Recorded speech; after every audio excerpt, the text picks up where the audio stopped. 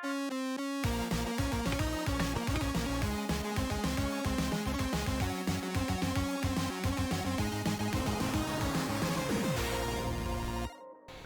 what's up, everybody? I am here with, I guess we'll call this a conversation with Smokemonster up in your place where you shoot all the videos.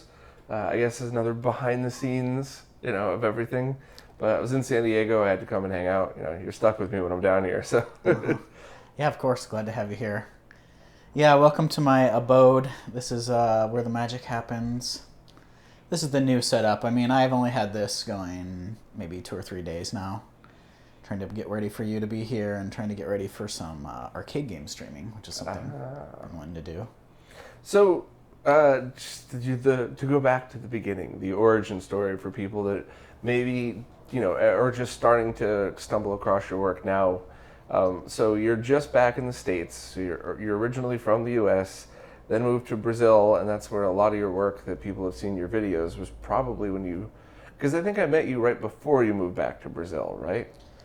Yeah, I've lived in did, Brazil or? twice. Mm-hmm. So I lived there like 2008 to 2011, and then 2015 until 6 months ago or so. Okay. Yeah, and I've been back and forth. And then I lived in Madison, Wisconsin for about 5 years when I was in grad school. And yeah, so the Smokemonster origin story outside of Lost. Because I was into Lost when I got the Smokemonster avatar. I'm not like the world's biggest Lost fan or anything, but it was just that kind of timing. I kind of guessed, yeah. But I was taking these digital archaeology courses, and because I study archaeology, is what I do, and I got the idea I basically had come up with my idea for like no intro in these things without realizing that they already existed. You mean your ROM sets and stuff? Yeah. So but then I discovered, oh wait, no, there's all these preservation groups that do this kind of stuff, Video Game Preservation Society and all those kind of places, no intro, MAME. And so I started coming up with this idea of a similar system, but geared specifically for flash cards.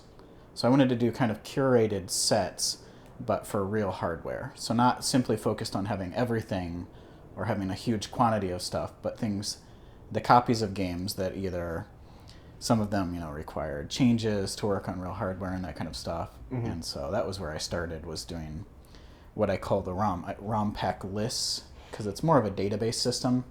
I don't actually share ROM files. I have these scripts that Frederic Mahi, my friend, came up with, a French coder. Mm-hmm. And it allows you to do the same kind of thing that MAME does. So you can run a script on a folder full of files, and it'll generate 6 hash files for each file. It will, and then it uses that on the user side, if you run the script, the output script on their files, to detect the ROMs if I have designated them, pull them in based on if it matches all 6 hash files, and then rename them to my system, and then arrange them in a folder hierarchy. So basically, it's basically up to people to just find these random ROM packs that may or may not be well organized. Most of the times they're not, and then run your script on it. Yeah. And then that adds your organization and categorization and naming scheme too. My system is like, you just take every ROM that you own or that you've got, you dump it all in one folder, and then you run my script on it, and it'll just copy them out into an organized layout that's flashcard friendly. Gotcha. Or real hardware friendly. So that's how I first stumbled across your work. I think it probably was on the Crix forum, because that would be the most relevant with the ROM pack stuff. And I remember Scott and my cousin Scott, have gone back and forth with not trying to do what you did, but just trying to have our own, this is what Bob and Scott recommend, for quite literally just us, nobody else. Mm-hmm. And then I stumbled across yours, and I was like, hey, Scott, stop doing it. You're wasting your time. This guy's already nailed it. And of course, he was skeptical, like we all should be. Like, yeah, no, I want it my way.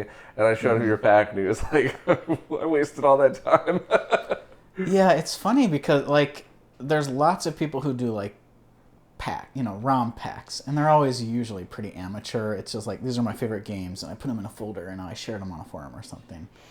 And that is actually where I started. Nothing wrong with that. No, that's what I started doing, and it's just like, I just noticed that people were using what I was doing. And because I knew people were using it, it was like the OCD went off, the perfectionist in me came out, and I just started having to tailor it perfectly or whatever. Yeah, I know that feeling very well. When I first launched Retro RGB, it was still on whatever Google hosting site I was using just to practice, and I didn't know that it would start to get picked up in search results. And I Googled myself just to see like if it was even getting picked up, and the first thing I found a week after it went live was somebody calling me a delusional prick because I said that I don't really count the Dreamcast as like a perfectly retro console, which is funny because I still stand by that. It was probably like 15 years ago too back then. It was right? like 8 years ago, and it's still kind of funny too because it's like it's not. You see it with the DC HDMI, it looks like a PS3. But I was cracking up like, wow. The other side of that is like, holy shit, people are actually reading my stuff and trying to, and taking it seriously. I didn't even know it was live. So you're right. That's when you start doubling down and going, do it or don't. Why don't half-ass anything like that? Yeah, for me, it's that. It's like if it's in public, it has to be done perfectly, kind of thing. You're totally into that too. I mean, I have my limits. I've learned to take a deep breath and just release stuff. Otherwise, nothing would ever get released. So. Yeah, it's hard to know when to pull the trigger and like say, okay, this is ready for a release. Because I hold off on some things for years if I don't just get the. Really? Yeah, some of my packs are years old, and I got updates ready. That's just like I haven't pressed the button on it for whatever reason. Really? I always have deadlines. Some of them I make up in my head, and some of them are real, like the weekly stuff.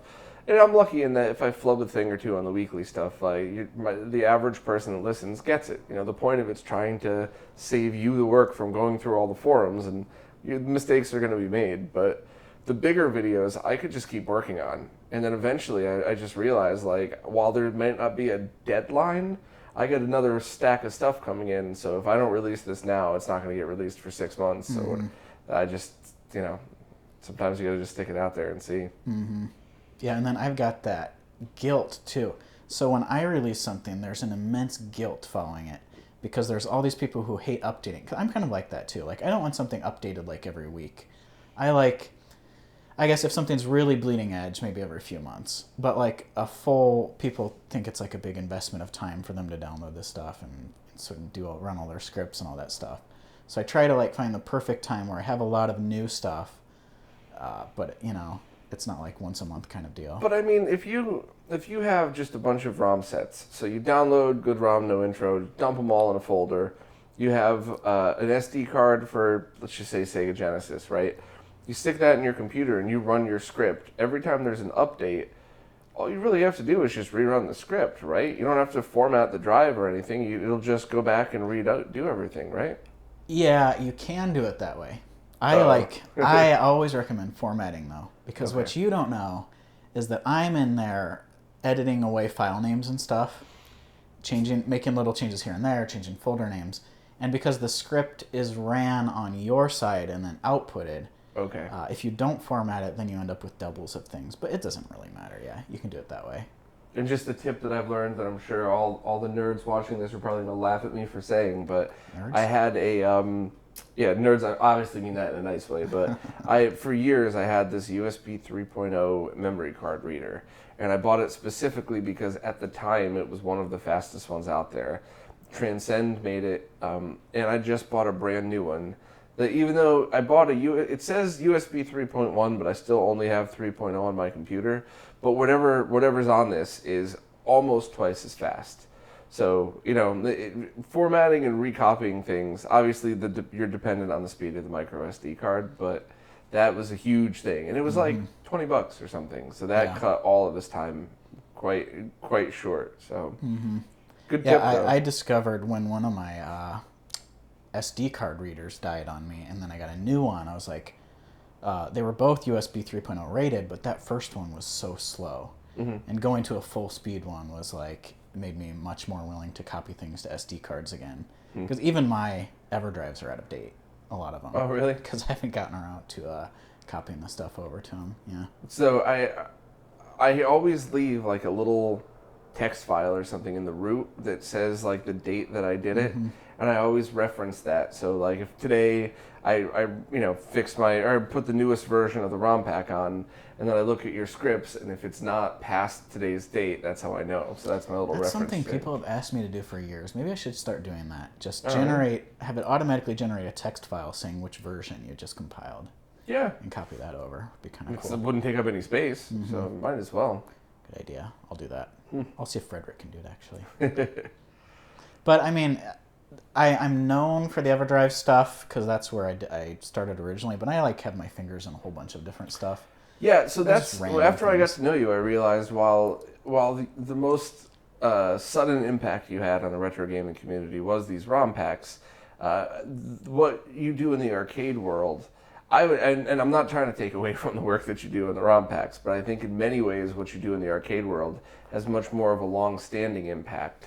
I still, obviously, we all appreciate the ROM packs. Please don't stop. But some of the work I've seen you do on the arcade side, even just things like getting the right people together.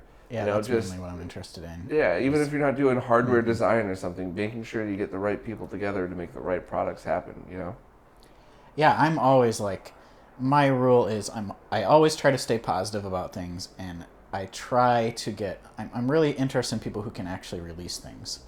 So if people are releasing things, it's I'm usually getting behind them and trying to do what I can to help, or pulling in people who can help to do little things to get everything to be the way that we envision it, And it's hard for, if it's one person's making a flash card or something, that's very difficult. So it's a big relief for them too if you bring in more people. Yeah. Do you have any tricks to how you stay positive throughout so much of this? Because I just stopped. One thing I do. One, I had to cut myself off of forums mainly. That's the first big deal. And then two, I like to write a response to things and then delete it. So I'll write a big response, put all my thoughts out, and then I just read it, and then I'll delete it instead of sending it. I've done that a few times. I do that all the time. See, because my rule is I'll write it, and then I look back at it, and I'm all right, were you breaking your rule about staying positive? I mean, not positive naive, but just not getting into. If you don't have anything nice to say, don't say anything at all. Yeah, that kind of thing. Yeah, that's been harder for me, especially because as all of our channels grow, the more people come in, the more people that might not even know who you are. They just stumble across your video and they're like, who the hell is this person talking with such authority about these things, not knowing that you do know what you know. And for me, I just, 99% of my interactions with people are at worst fine and mostly are positive. And it's just, the way I look at things is if you're going to come in hard, I'm going to say something really mean back and fucking block you because I don't have time for it. The unfortunate side effect of that is the people that don't see the 99% just go, why is Bob such an asshole all the time on Twitter? And it's did you not see the other 100 comments that we all went through that ranged from perfectly normal arguing and even keeled to friendly and happy? But I don't think I've ever seen you be an asshole. I think some people interpret strong feelings as someone being an ass, but when the guy said, since you have corporate friends now and you're trying to take payoffs, why don't you go talk to somebody else? And I told him to eat shit and block them. And somebody else tweeted back, well, that's exactly the type of thing that, proves that you're getting paid off. I said, you eat the shit that he shit after he ate my shit that I shit, and blocked him too. I think I stole that from Jay and Silent Bob, but sounds whatever. Right. Yeah, so yes, I have seen myself be an asshole quite a few times, and it's rare. It's rare that I'll do something like that I regret it. It's what's way more common, and unfortunately really common, is that up in my head, I'll have a perfectly formed thought, and it falls out of my mouth the wrong way, and I don't realize it until it's too late. So real life, basically. Yeah, that really bothers me. I said something about Stika the other day. I sent it to him. Stika's a documentarian, I guess you'd want to call him, on YouTube, and he did the Pepperin videos. Yeah, he did a bunch of cool stuff, and he does other reviews and things. And I showed it to him and said, hey, is this okay? Did you get what I meant by this? Because I'll delete it if you don't. But I basically said that he's really good at disarming people and making people feel comfortable, especially people who doesn't share his native language. And it came out as like Stika doesn't speak, speaks Portuguese before English or something. He's like, no, I totally got it. That's the stuff that really bothers me is when I was trying to say one thing and the other thing came out of my mouth. Oh, yeah. So, and that's especially hard on the internet. Or to make jokes and have them end up being taken seriously by a very small group of people. And then having to explain to yourself, or having to explain to people like, no, I needed to like put, that was a sarcastic response, next to, or like, this is an inside joke with us or something like, please don't take that out of context. I have such mixed feelings about that because whenever Nick from HD Retrovision and I go at it in the comments at each other, the people who follow the Retro Roundtable, either maybe they think it's funny, maybe they don't, but they get it. They understand that we're just being idiots. And some other people will at least read it and go, they must know each other. They're very out, like, this can't be real. And some people get really serious about it. I could see if somebody just tuned into the Retro Roundtable for the first time and had never seen it before, they'd be like, these guys hate each other. Well, no, these guys are at each other's throats. This was, I think, the Dreamcast video I did, so it wasn't even that. And Nick came on, and he was just being Nick, being silly and funny, and I was laughing really hard. And of course, we're texting each other as this is going on. And somebody was like, if this is how you, because he said something like, you didn't take your payout right. Next time, make sure to have the cable flipped over as per our agreement, or something silly. Somebody said, wow, if this is how you handle your contractual agreements, I'm never buying your products again. And I'm just like, I feel so bad, because what if that person's native language isn't English and doesn't pick up on it? But on the other side, it's like, yeah, it's pretty obvious that we're not talking about a contract in YouTube comments. That's funny.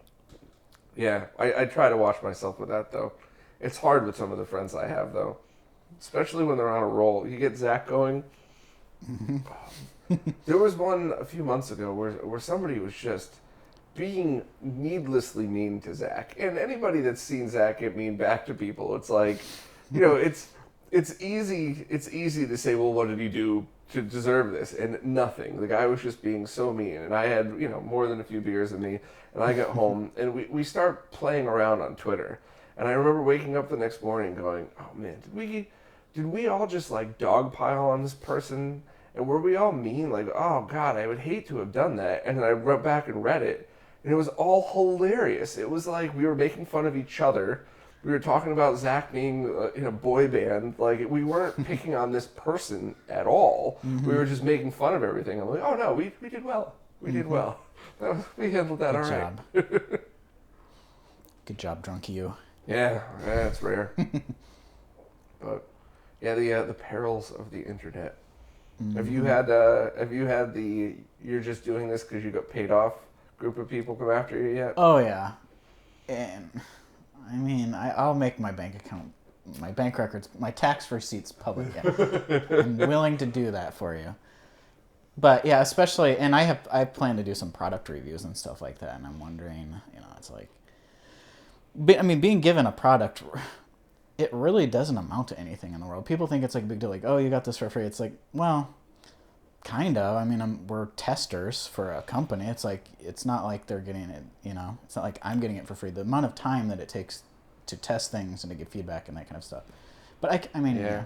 Unfortunately, though, the reason so many people get like that is because of the amount of people out there that ask the company to send them a product, hold the product up.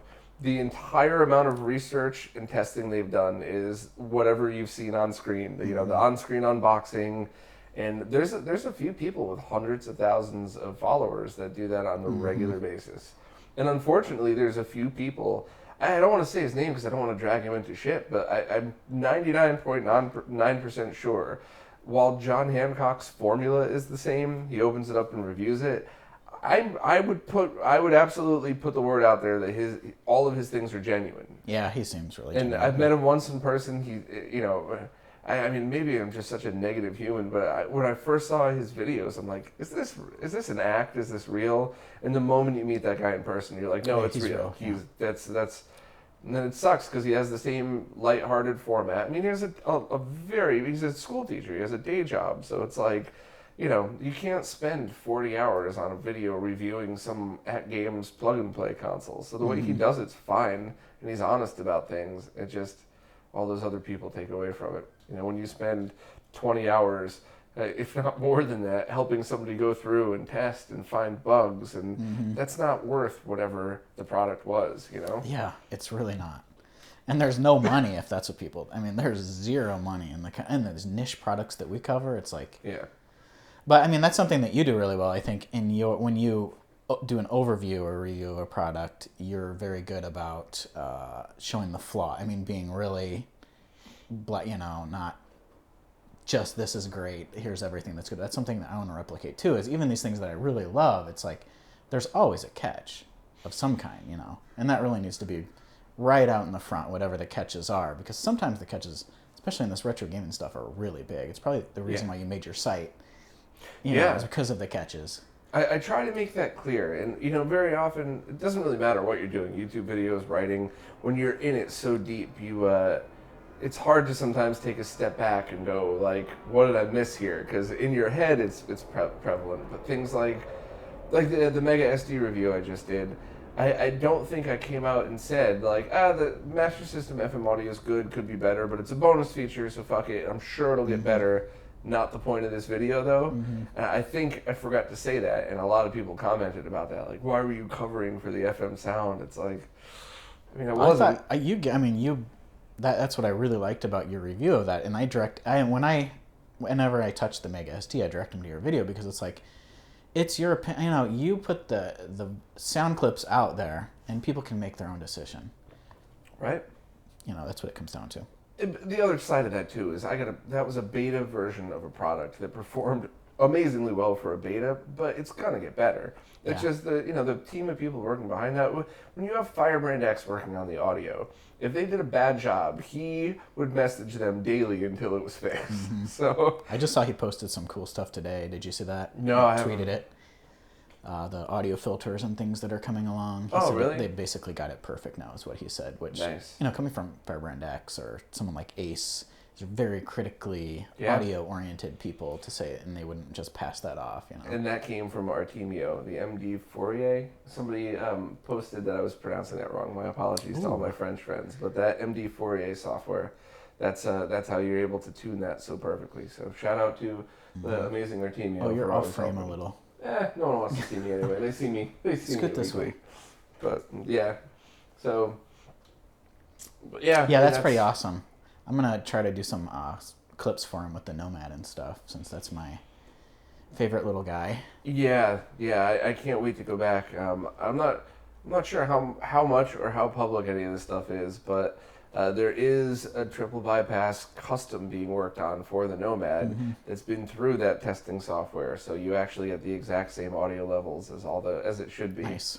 Very exciting. I posted about that probably like when the first bypasses were announced. I posted on whatever forum it was on. I don't remember, was it Shmups or somewhere?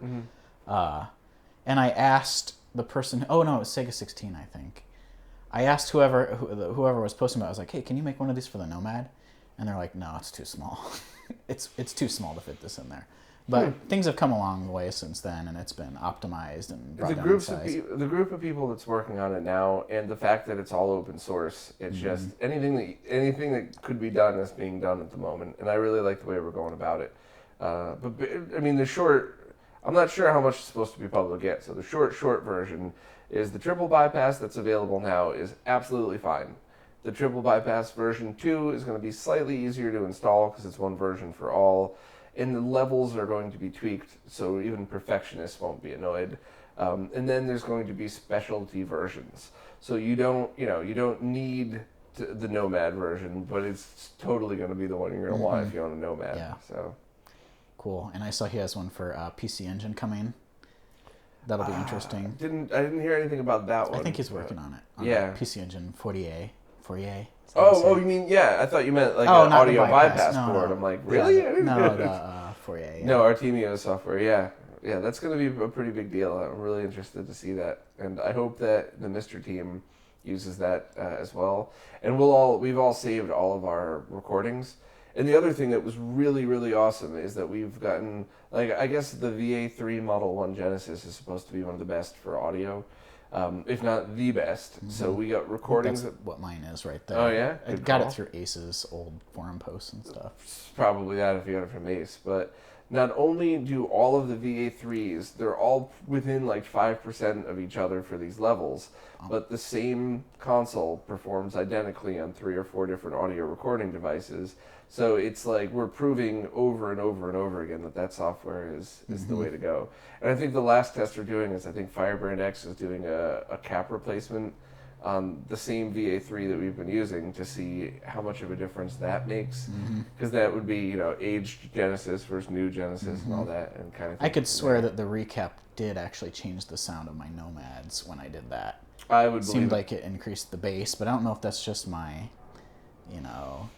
bias thinking that. While I haven't tested it myself, I would absolutely say that was true, because when you have aging and failing capacitors, everything starts to go haywire. So that makes perfect sense in my brain. And I'm curious about, so the PC Engine Fourier, something that most people don't know about, because most people don't really look into the PC Engine audio situation, but it came to light with the SSDS3.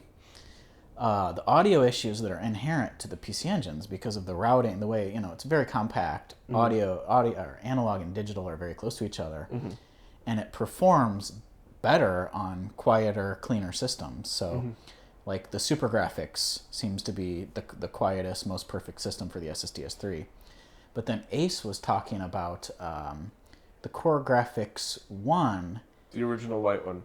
No, not the white one is the PC Engine. The Core Graphics 1 is the gray one. I've got one right over here.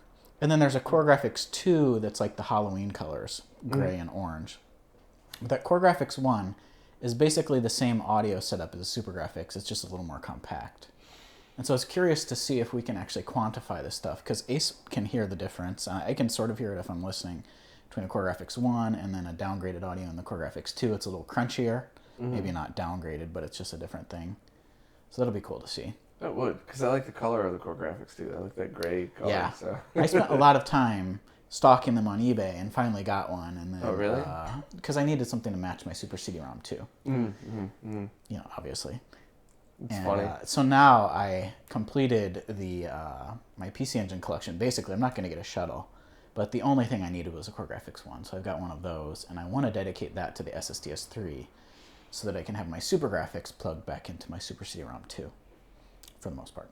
You know what's pretty funny is with all the drama with the SSDS3, and now they get the audio circuit really well, if you find out that on certain model consoles, even though it has nothing to do with the SSDS3, you might end up wanting to do an audio bypass so that it compensates for the audio that's on there. So people might actually be going to sort out or to find those older versions of it to do the bypass, not because of the SSDS3, but because of the console itself. That's kind of funny how stuff like that comes full circle. Yeah. But hey, whatever.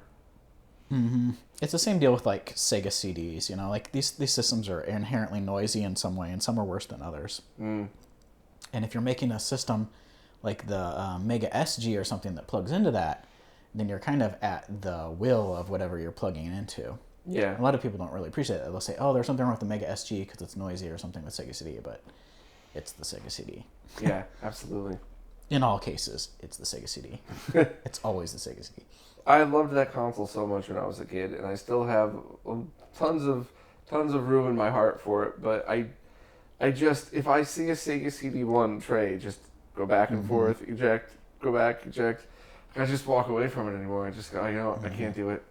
I just if I have to go back into my Model 1 again, it's like I'm done. That's it. I mean, I have probably 20 hours in this thing through the years. And every single time you go to do something, it's a hassle, especially on mine, which the tray doesn't auto-align. Yeah. Like when I need to get the tray back in, so that's like a 20 or 30-minute ordeal every single time I open it. What we really need is a solid, reliable source for those, the rubber band things, and a 3D printed helical gear. I put both of those in mine.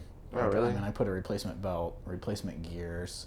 That was a while ago. A laser, recapped it, replaced the fuse. But you can't get gear kits anymore for it. I don't know. I haven't looked into it. I mean, this was I'm pretty sure you'd have to make them. So who knows? Maybe Greg will work his magic on that as well. So what else have you been working on lately? You got your setup pretty much done. It's looking good. Yeah. You got your what is that? A 24-inch PVM? It's a 20-inch. It's a 2030. It's the Wheel of Fortune. Yep. PVM. This is what every letter is on the board is a PVM 2030, which I learned through RetroRGB. You covered that in some article. That's pretty funny. And this is also the same exact. Anytime there was a TV in a movie, it would be this. This is like the Gremlins 2 Yeah. PVM. Like, Gizmo freaking has one of these. Like in the first scene, I think he has the 8-inch version of this. Really? I actually invented a drinking game. Every time you see a PVM do a shot? It'll kill you. No, it'll kill you if you play Gremlins 2 Sony PVM drinking game. If you took a shot every time you see a Sony PVM in that movie, you'll be dead by the end. So you have to play the game with beer or something. Because there's just so many in it. I just notice them all the time. It's an ad for like Sony PVMs of the mid-90s or whatever. That's early 90s. hysterical. But what else are you working on? I mean, you got your setups looking good? I'm mainly right now trying to like tune in my arcade games so that I can stream them well. So like right now, I mean, I've got the Neo Geo plugged in here. Mm-hmm. It's running, let's see, I've got the home arcade system Super Gun, and it's going up to the Voltar double penetration, which goes into the PVM and then back to my data path. So basically I can stream arcade games, which is harder than it sounds. Yeah, absolutely. And I've just never had all my stuff in one place before. So I'm going to be able to learn like what it's like to actually be able to like just have an idea and go out and do something quick without like having to like shuffle through everything and redo the whole setup from scratch every time, which is what I was doing before. Yeah. Now I'm just going to leave my home arcade system out. I mean, I have a whole bunch of I have like 50 arcade boards, and I'd like to stream with every one of them at least once. Yeah, the HAS is the perfect tool for that. It's incredible. It's in fact, my only complaint at all about that thing is it's not readily available on Amazon and eBay. That's my only complaint on it. Because anybody that plays arcade games, there are so many dangerous and shitty super guns out there. Mm-hmm. And even I was just at too many games, and I was running into a couple people who were talking about super guns, and it was almost the same conversation every time. Like, look, if you don't already own one, like, be very careful. If you own a scope, that's actually a great way to double check things. But, if you're going to own a super gun, make sure that you own and almost every person that I talked to would jump in with a bigger named super gun. Mm-hmm. And I went, no, they're some of the worst. Mm-hmm. And it's funny, the ones that have been around for a long time, it's just it's just that basic Sony CX8 conversion chip. No kind of regulation on there whatsoever. Mm-hmm. I've seen them blow out OSSCs and G-SCART switches like nobody's business. I've seen 2 PVMs taken out by them over the last year. Because of audio or video? Well, that's what I don't know. Like, is it the wild sync levels they're sending through, or is it the speaker level audio? I mean, because like this PVM takes audio in, and you could feed it. I don't know what would happen, but if you fed speaker level audio to this thing, I'm guessing it would kill the audio immediately. So I'm mostly talking out of my ass with this because I don't know for sure, but when I was checking sync tolerance levels on PVMs and BVMs, they're built like a tank, but not on the audio side. So I would assume that whatever board the audio circuit was on blew the whole board. Mm-hmm. So technically the rest of the monitor might be fine. You would just have to repair that board. But the bottom line is you still have to work on an RGB monitor, which is like working on a car. If you don't know what you're doing, you're lost and you're in a lot of danger. I opened this once thinking I would recap it, and I just quietly closed it and like just scooted away back into the corner out of fear, because there's like 200 caps in here. Yeah, I mean, just the consumer grade TV Jose and I did the other way. I asked Jose to come over, both because there were multiple boards, so 2 people doing it's going to cut the time in half, but also because I knew how to do everything involved in the cap replacement. There's always something else. Mm-hmm. And sure as shit, I had a crappy pair of cutters, and I went to snip something, and it pulled the trace up. Mm-hmm. So, with all the caps on there, if you're an amateur, you're guaranteed to have something like that. So I just ended up because Jose was there, I picked it up and said, Jose, I broke this, and he fixed it in about 10 seconds. But if I didn't have him there, what would I have done? I would have to left my entire monitor in a million pieces, halfway recapped. Yeah, never to be seen again. Yeah, draw a circle around it in a magic marker, and then hopefully have a friend walk me through how to fix it or bring it somewhere. Like, it's a nightmare. Mm-hmm. Yeah. Yeah, I mean, I've been through that all. I mean, if I took this thing apart, the main thing that I saw in there is that there's like boards upon boards upon boards, all folded in there very cleanly. And I was thinking, like, oh my God, if I start taking these things out of here, it's like all hell's going to break loose and it's going to be chaos for a month. Yeah. And I don't even know if, by the time you get it back together, if it'll be in one piece. I did see one 20-inch PVM Jose did a couple of years ago. And, generally speaking, here, there's a handful of caps that are the most common to fail. There's some others around it that's good practice. And you don't really replace all of them, but this monitor was getting shipped very far away, never to be seen again. So the person who paid them said, here's top dollar, replace everything. Now I'll never have to worry about it again. The 3 hours a week I use it, whatever. I was floored at the difference in quality. Yeah, I bet. It was because before it was a beautiful PVM. Some convergence issues where you see like it's not a perfect scroll for horizontal scrolling, and then just the recap, and I was blown away how flawless it was. So it's worth it. But I mean, even that consumer grade TV with Jose's help, it's a full weekend's worth of work. Making the cap list, doing it, fixing whatever you broke. And then after you recap it, do you have to recalibrate it or whatever? Is everything thrown out of whack by the recap? No, and not unless somebody tried to calibrate it with aging capacitors in it. So generally speaking, if you have something where the geometry is all off and you just don't touch it and you recap it, it'll be almost perfect again. As perfect as, realistic expectations here, but it'll be almost the way you want it, and then you just go back into the service menu and do a couple of little things. But if somebody tried to calibrate it in the service menu with aging caps, and then you put them all brand new, it would be a nightmare. You'd have to, that's another 4 hours at least. Oh, yeah. So. Yeah, I've noticed that's a thing lately is people are recapping consoles and things with these Chinese generic capacitors, I guess. I see iFix and all sorts of people posting pictures like, oh, they got this system in. Someone had done a recap on it, and they used the Chang or whatever, Rukicon or, whatever generic caps. And it's like, if you're going to do that, you might as well have just kept the original ones. I mean, I trust old Nikicons and Rubicons more than I do this kind of new random junk. And that's because I have an ESR meter, and when you start plugging those things into it, they're totally off spec.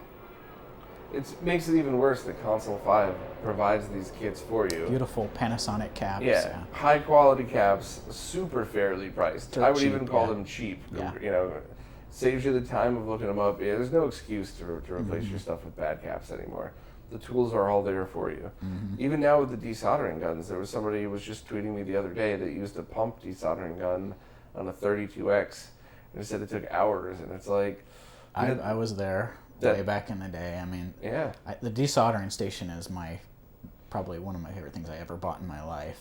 Just because of how big of a difference that makes in time for doing this kind of stuff. It's such a hard question too, because if you really only have one thing that you want to recap, is it worth $100?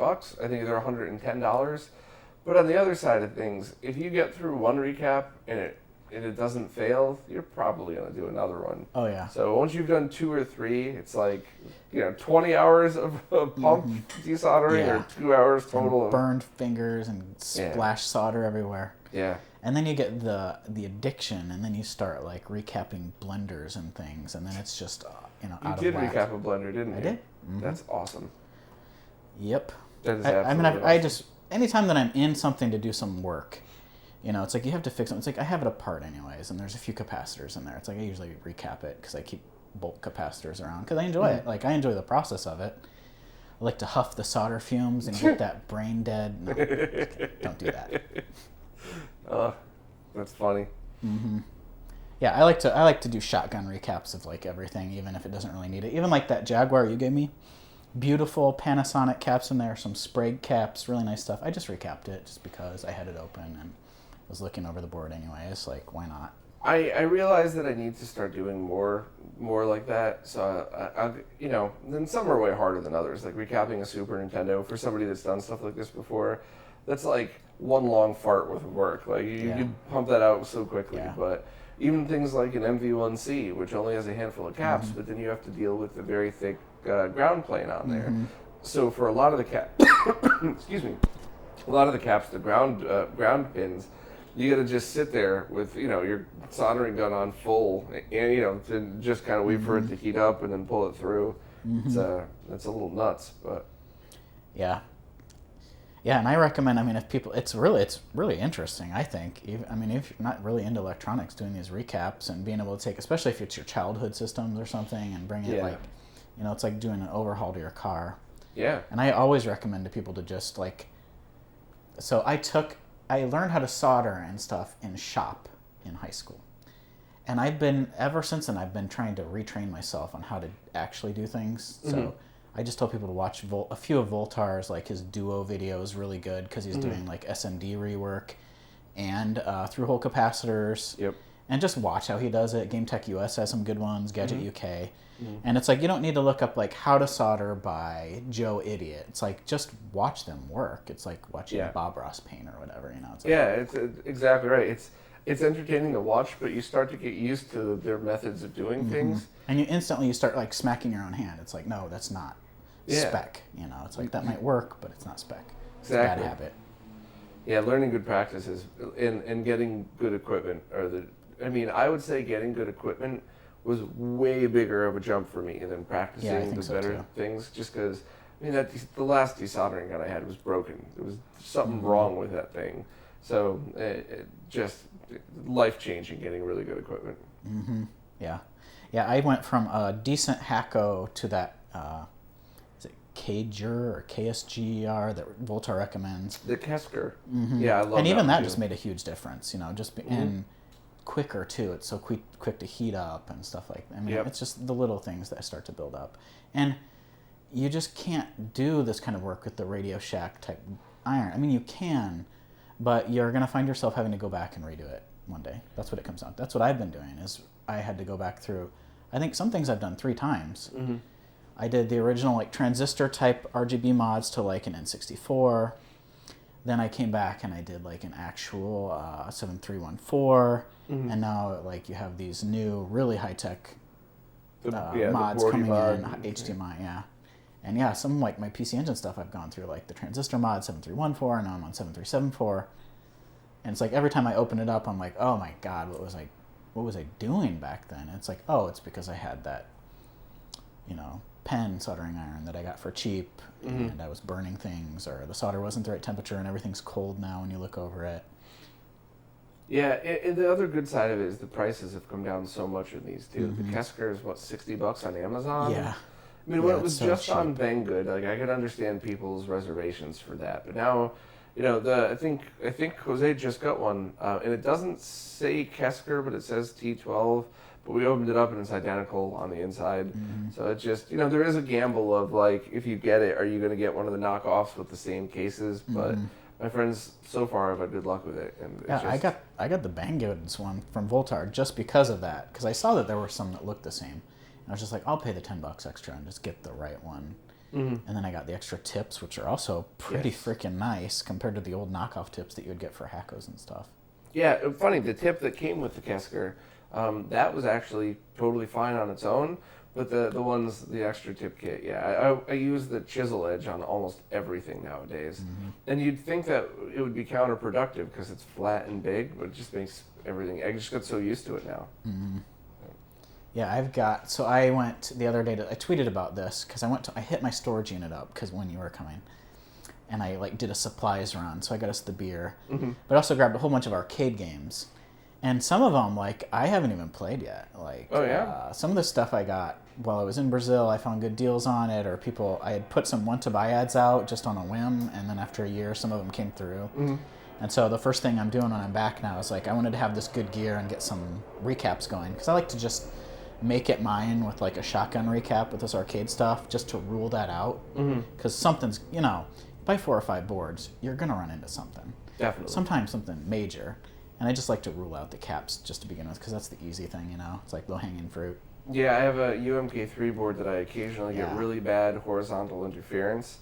And I tried reflowing the chip by myself, which was a bad idea because I wasn't good enough to do that. But I pulled it off. I didn't ruin it or anything.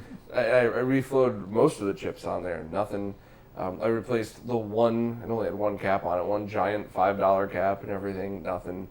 Then I still am not sure exactly what it is. Is it that I'm running the wires wrong when I hook everything up. Am I crossing a power wire with but just what power supply do you have? The Suzo Hap, the small black one with you have to screw the wires in. That's always my first question. Well, you're fine then, it's not the power supply. But I used to get rolling jail bars and stuff with arcade boards, and it took me a long time to realize that it was my power supplies I was using. And I upgraded to like the $25 Hap or whatever, and instantly everything went, It's so funny that you say upgraded, but it was probably a cheaper PSU than you were using. Yeah, it was. And now I've upgraded again, like to a $70 or $80 power supply, and it's like, it's not very much in arcade world. Yeah, that's one of the things that I know a few people working on super gun style stuff, and compensating for shitty power supplies is something I asked them to look into. Mm-hmm. So getting a good buck converter using you could get a really nice 12-volt power supply that'll power things like nothing crazy. It'll power a CPS2, it'll power, an MVS. Mm-hmm. You can get a really good external brick for $20. And as long as the other side of the circuit, the 12-volt DC to DC, so that changes it to what the arcade board needs. Yeah, that's kind of the weak point. Yeah, so that's what they're looking into, and I asked a few people to double check it just to make sure, and I think that's going to be a pretty big deal too. People could just buy a cheap PSU and just plug it in, not have to worry about wiring it up. So. Mm-hmm. Well, I hope that works out. Yeah. I've had such bad experience with PSUs that I'm just like, well, I'm now recommending the Ming Dong to people, but I used to just say just get the Hap. It doesn't, whatever problem you have to begin with, it's like I asked the power supply question. I'm like, first swap out the power supply, and it's like with flash carts. Like there's certain things you can do that fixes things 90% of the time, like formatting. Yep. People have infinite issues with the flash cards. Like, well, just format the SD card, and then it was probably something got corrupted or whatever. And with arcade stuff, the power supply is really, I think, the weak point for a lot of things. And then the super gun, of course, is a rat's nest. But that's much more complex. Yeah. Yeah, that's all very true. It's funny just to try to get the lowest common denominator or stuff like that. Anybody that's using cheap PSUs, I just always, even on consoles, just throw them in the garbage. Yeah. Yeah, I've been working through changing, just even swapping, like on a lot of consoles where, when you first get them, I don't know why, but I used to buy like the Chinese power supplies off eBay just because it had the right size and it was the right amperage, but it actually isn't. Yeah. And just swapping that out with the real deal, it fixes it's problems that you thought were with the console get fixed by that. And you could get good, cheap power supplies now. The Triad ones and then the Power Plus are both wonderful. I mean, I've tested them. I personally haven't put those on the scope. Other people have, but I've used them. Yeah, I've heard great things about the Triads. Yeah, in my super zoom in comparison videos, I can never tell the difference. So one that I would like you or I asked Renee to look at this. I love the Sony PS2 Slim power supply. Yeah, it's beautiful. I've recommended it to people, and then I realized, but I've never actually put it under the microscope. Everybody loves them. Yeah. All the people that are power experts love those things. I stocked up on it. I have 9 or 10 of them that I bought for $5 each shipped. Some of them, and they're dirt cheap. And it gives you, I think they're rated at 10 volts, 5 amps or something, which pretty much it's a huge range of consoles. And then you can just replace the tip on it and swap the polarity if you need to. And this thing is like a powerhouse. It can do a full tower of power without blinking. It could probably do 2. Who knows? But, yeah, absolutely. But I would like to know if it introduces any noise or whatever. It would be good to know. No, I've had many people, even with the Triads, which I like very much. Those are my go-to for Genesis. Anything that has a Genesis 1 style receptacle, because you could buy the Triad with that one. You don't need any adapters or anything like that. And that's like the PS2 Slim is Genesis 2 exact. It's. Oh, right, yeah. So anything that has that, I've been using it, but a couple of people mentioned, hey, if you're using a Genesis 2 or something, you could just use the PS2 Slims instead. So. Yeah, I like them for it's good for the Nomad, Sega CD2. The Duo RX, it's an exact power supply. It's a very expensive one too. Oh wow, I didn't know that one. Yeah, I can do a whole bunch of things, and then just swap the tip for everything else. Yeah, that's good stuff. Good tips. Do you still do archaeology work? I am. Yeah, I mean, I've had a couple articles. I've been a co-author on a few in the last few years. I haven't done any digs for a little while, but I'm involved with a lot of stuff. But I keep that separate from my Smokemonster life, kind of. I section things off. I'm like I have my coffee roasting avatar, Mm-hmm. you know, my archaeology stuff I do in my real name, and then the Smokemonster stuff, and you come up with, you know, it keeps things separate Mm-hmm. so that you can focus on them. Well, I will say that I knew you were into coffee, so I bothered you about what's the best coffee pot for me to get. And it was a noticeable difference. And I'm not a connoisseur. I can't tell you what kind of bean was roasted. I just know that the same bag of coffee that I've been drinking for a month, just, you know, on a clean machine too, not like a 10-year-old gross one, just moving over to that one, it tasted way better. So It's like, I'm not a connoisseur either, but it's like with the console stuff. It's like once you get a taste for and it's not that expensive really, was it? I mean, it was a good price, I thought. And that little upgrade to the main heart of the problem fixes tons of stuff. yeah. It's the kind of thing with coffee roasting and whatnot. I'm not so into that as I am with console stuff or video gaming. Mm-hmm. But I did used to sell as my job. Like I sold espresso equipment on eBay, and I did pretty well at it for a while. Mm-hmm. The shipping problems in the end are what kind of steered me out of that. Mm. But Shipping's always a nightmare. yeah, I did like pro espresso gear, and it was the same kind of stuff as modifying a console. I mean, once you learn these skills, they translate into any simple electronics. You know, repairing things, audio gear, Recapping your blender. recapping blenders, turntables, preamps, all that kind of stuff. Yeah, that's getting into that stuff is going to come after I move out of an apartment and get you know, a house somewhere, because I do eventually really want a good quality, like a Macintosh tube amp and 2 really good floor standing speakers. That'll be for everything that's just 2-speaker related. That's what I wanted to go through. Heck, even certain video game consoles that are just stereo would probably be perfect for that too. So That'd be beautiful. I like tube stuff. I don't have a lot of it here with me. I have some clocks and my tube microphone. Mm-hmm. But like back in my storage in Illinois, I've still got my original, like a 1964 Trainer YBA1. Oh wow! That I've basically modified into a Marshall Plexi guitar head. Beautiful thing. I used to be in bands and stuff too, like you. I play Yeah, bass. I remember you telling me that. You play bass? The guitar. Okay. I have a bass behind me. I have the Peter Earwers from In Flames. Yeah. Even though I'm so terrible at bass, I always loved that one. And it plays like a bass that's 4 times the price. So that's my favorite one for me. But now I'm a guitarist. But chasing gear is I know people like the gear side more than playing, which I guess you could say about me in video games. So that's a fair thing. But That's probably where I got this from. Really? It could be where you got it from. Was that before you got into like RGB oh, stuff? I've been playing guitar since I was like 13. So Because yeah. it is very similar to that gear accumulation syndrome kind of stuff and perfecting things. Yeah, that's why I went down the rabbit hole of digital for so long with guitar amps. But when the Line 6 Beta 2 came out, I was blown away, and I bought one of those. I bought one that Dave Mustaine had toured with. It was signed by Dave Mustaine and everything. It was just, and I must have spent an unhealthy amount of time tweaking and messing with it to try to get the perfect sound. I eventually had to sell it when when I needed to, and then going through gear, and then I found this one amp. It was the EVH series, the 51, the newer ones, and everybody had said that I would love this one. I bought it. I brought it home. I plugged it in, set the dials the way I normally would, and it turned the volume up on my guitar, and it hit one chord and went, "This is it. This is the sound I've been chasing my whole life. Hundreds of hours with some digital crap." So yeah, that's I got lucky. I don't have to. I'm not ever gonna mess with crap like that again. When I played bass, I mean, so I got my tube stuff from a guitarist I played with who was hardcore into that. I mean, beautiful. I mean, he was very talented, and he also had beautiful sound always because of his amps that were these old tube amps. And I had this exact same experience. I got like so I had my transition from digital back to analog amps was I bought the anniversary edition Ampeg SVT. This would have been like 2003 or 4. Digital piece of junk, but I didn't know that at the time. And like the fan on it broke, and the thing just self-destructs if the fan goes out.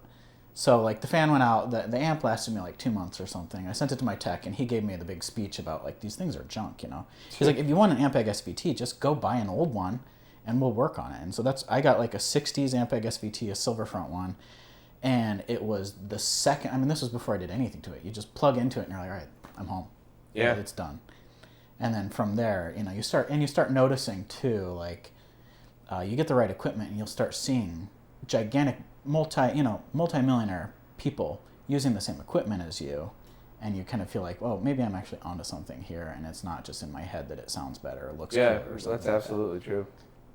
I mean, with the amp modeling stuff now, like the Kemper, it's getting better, but I could still. One of my friends used to get so mad at me because all right, what amp do you use? And he'd say, all right, well, listen to these two right after another, and he'd send me an MP3, and it'd be like, the first one's the real amp. He'd send me another one, they're both fake, you're lying to me. And I could always hear it. And the new ones, the Kempers, you wouldn't be able to tell the difference live, but yeah, it's all like, I found the Laney Iron Hearts, I loved those, then I found out Killswitch Engage use those, they still do, I think, and you're right, like, when things work so well, people tend to kind of stick with them. Mm-hmm.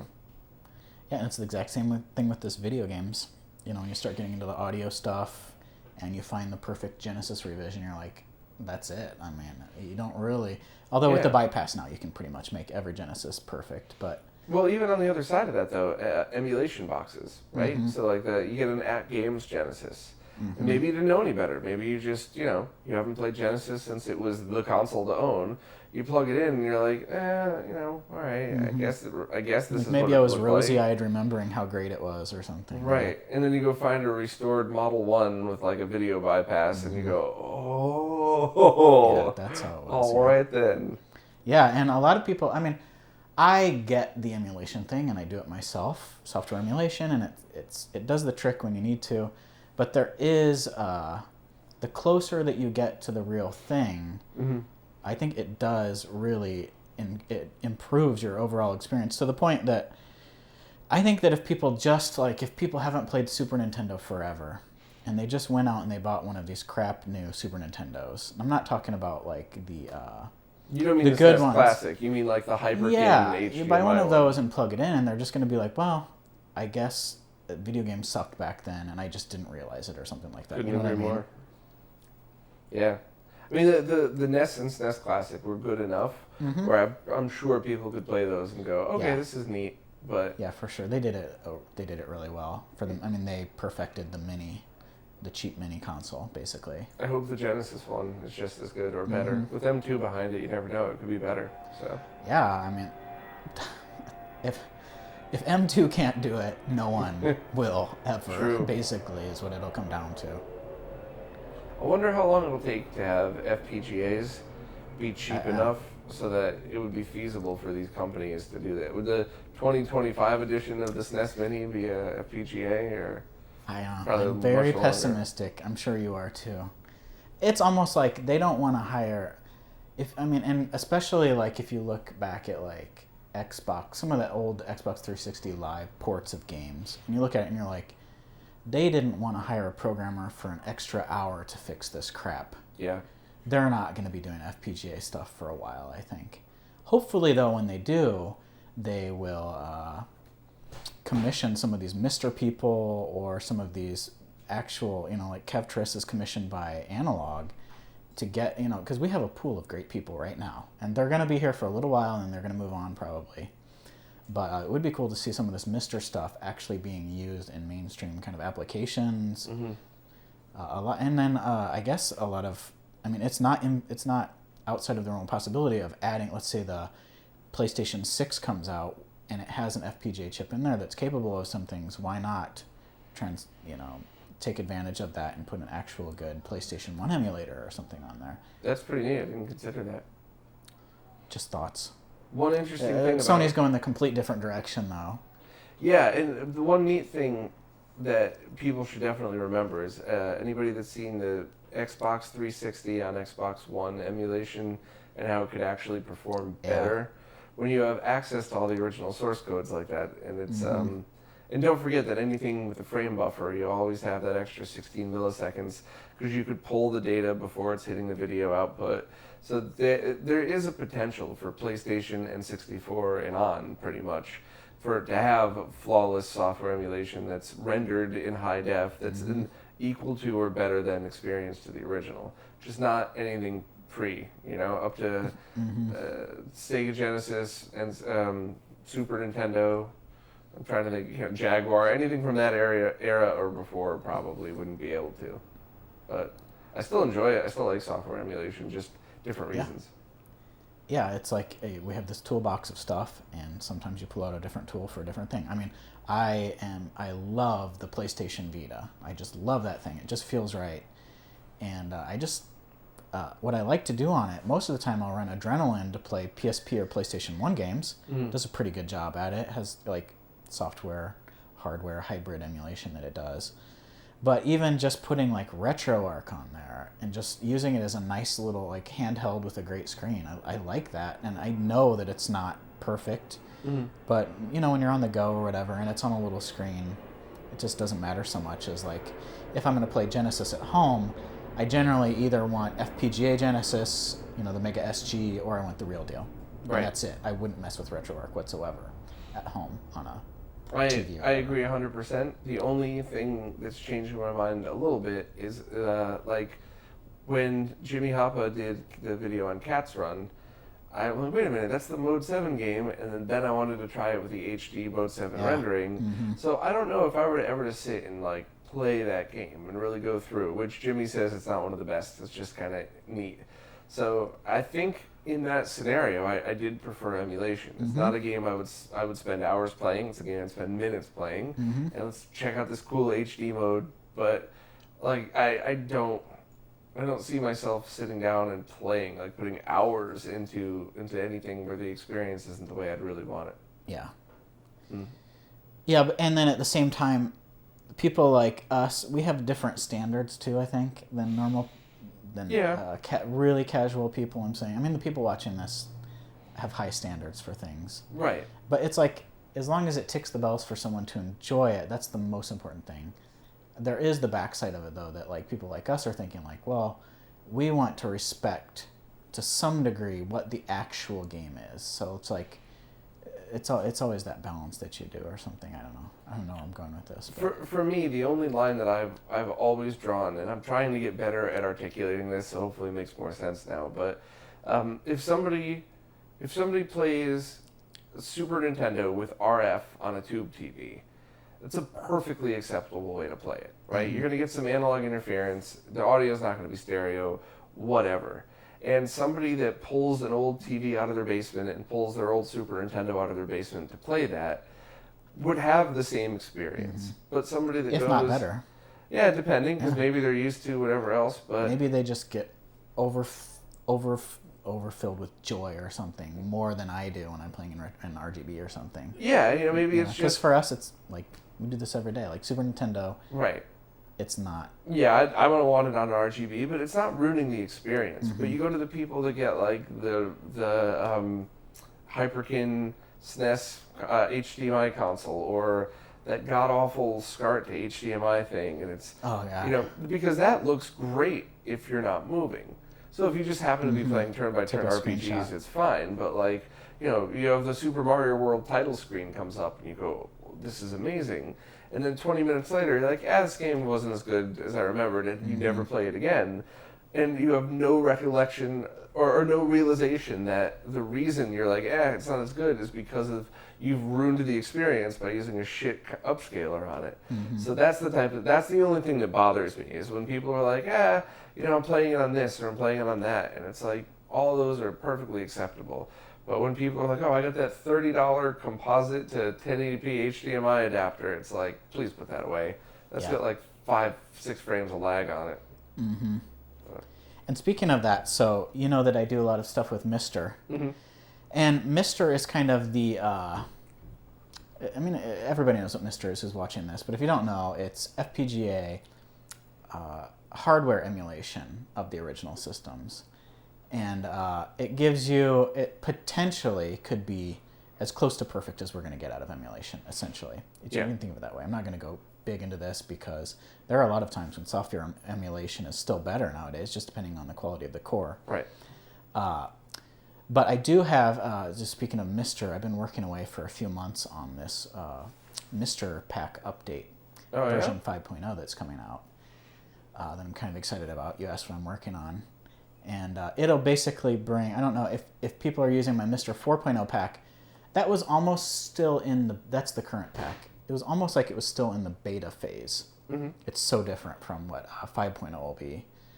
Mister now has sort of leveled off, at least in the folder layout and kind of in the scripts that Locutus has been doing for the updater, to the point where this is going to be kind of what I'm working on right now is the outline going forward. That's kind of things are starting to settle down. Everybody has been saying, oh, I'm going to wait for Mister to kind of settle down before I'm going to jump into it. I think right now would be a good time to get into Mister for people who don't have one. Mm-hmm. The parts are cheap. They're plentiful. There's no waiting in line anymore. Most of the main cores that you're going to be interested in are not just good, they're extremely good. NES, Genesis, PC Engine, Super Graphics, mm-hmm. Each one of them has been just, if you watch the early Mister videos, you'd be like, oh, it's pretty awesome. It's like on the verge of being excellent. Mm-hmm. And now, if you go into it now and you're expecting excellence, you're going to be blown away by how good it is. Like, it's come that far in a year, maybe, that I've been following it, a little over a year. That's awesome.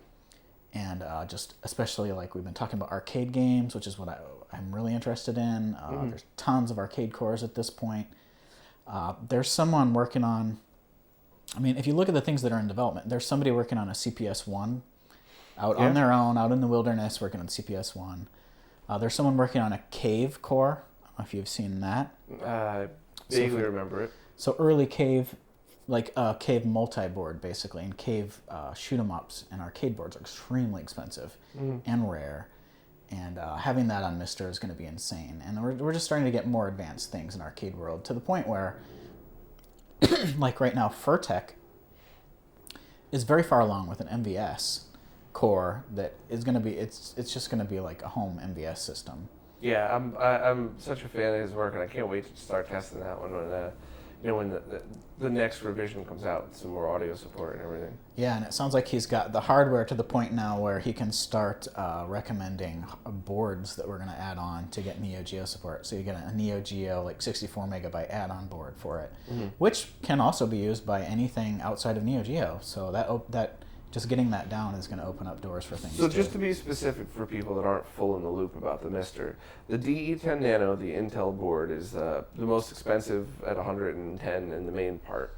And then you have all these other add-ons, whether it's the USB hubs or anything like that, like a 3D printed case, which definitely get because those are awesome. Yeah. But then there's the RAM module that you need to add, and that is very cheap. Yeah. So it is. It's like I said, 64 gigabytes a minute ago. It's actually 64 megabytes. Megabytes. And the current one is 32 megabytes or something. It's just a very small amount of RAM that it can access at a high speed. Is basically what it's for. So if you've already invested in this and you have to undo, your RAM and leave it aside and buy another one, it's not anything to get upset about. It's like $20 or something. Yeah. Everything else about this stays the exact same. Mm-hmm. What size SD card do you recommend people get to get the next revision? Is 256 needed? Oh, I'm still at 128 myself. Okay. We'll kick the doors down. And, when we get CD support and large image support, you'll need really big cards. Or, there's complex ways of doing it where you leave your images on your computer and then have it retrieve that through the network if people want to keep a smaller card in there. But yeah, I'm on 128 gigabyte, I think, right now. It plays MSU audio, right? It's in the works. MSU1 is in the works. So if you want to include MSU1 audio, move to 256 then, definitely. Yeah, or just be picky. It's about what you want. Yeah, but MSU1 audio is cool, not just for the MSU1 stuff, which adds Redbook quality audio to Super Nintendo games, but it's also it's going to be the first example of streaming optical-like data from the ARM side over into Mister. And if you start thinking that way, you start thinking, CD-ROM, computer games, you start thinking PC Engine CD, Sega CD, Jaguar CD, anything that involves really large images is going to be using sort of the same techniques to transfer that data. So to me, that's what's most exciting about MSU1 is that first step, I guess. That step that paves the way for everything else behind it. So that's awesome. I'm also excited because that would mean that if the Super Nintendo core and the MSU1 core is there and you use the HDMI output, I believe this is the only way to get you true digital to digital MSC1 audio solution. Because even if you use the Super NT, you're still using the card audio, which is digital to analog back to digital. So. Yeah. Well, I think we covered it. I'm very happy to be here. This was fun as always. It was only like the second time we met in person, I think, right? For all the years of talking to each other. So it's cool. It doesn't feel that way. It feels like we've been hanging out for a long time. So thank you very much for having me in your home. Thank you all for watching and listening. And guaranteed, now that you're back in the States, this is going to be happening a lot more frequently. I hope so. Yeah, it's great having you here, and thank you for hosting me. Hell yeah, in New York when I was there. But yeah, it's Everybody awesome. loved meeting you when you were out there. I was very cool. I love them. I love that New York that New York arcade scene. Yeah. I almost call them a fighting game scene because that's pretty much what it is. But it's an arcade scene. Yeah. That's a real, true arcade scene. I thought it was really cool to see. It's not like, it goes back to the actual arcades that we used to go to. There's Chinatown Fair days. Yeah, that's all it's rooted in that for the New York scene. Yeah. People are passionate and dedicated and love it as much as we do and are smart enough to work on all this stuff. So cool. Yeah. Cool. Well, thanks for doing this, and we'll see all of you next time. Yep.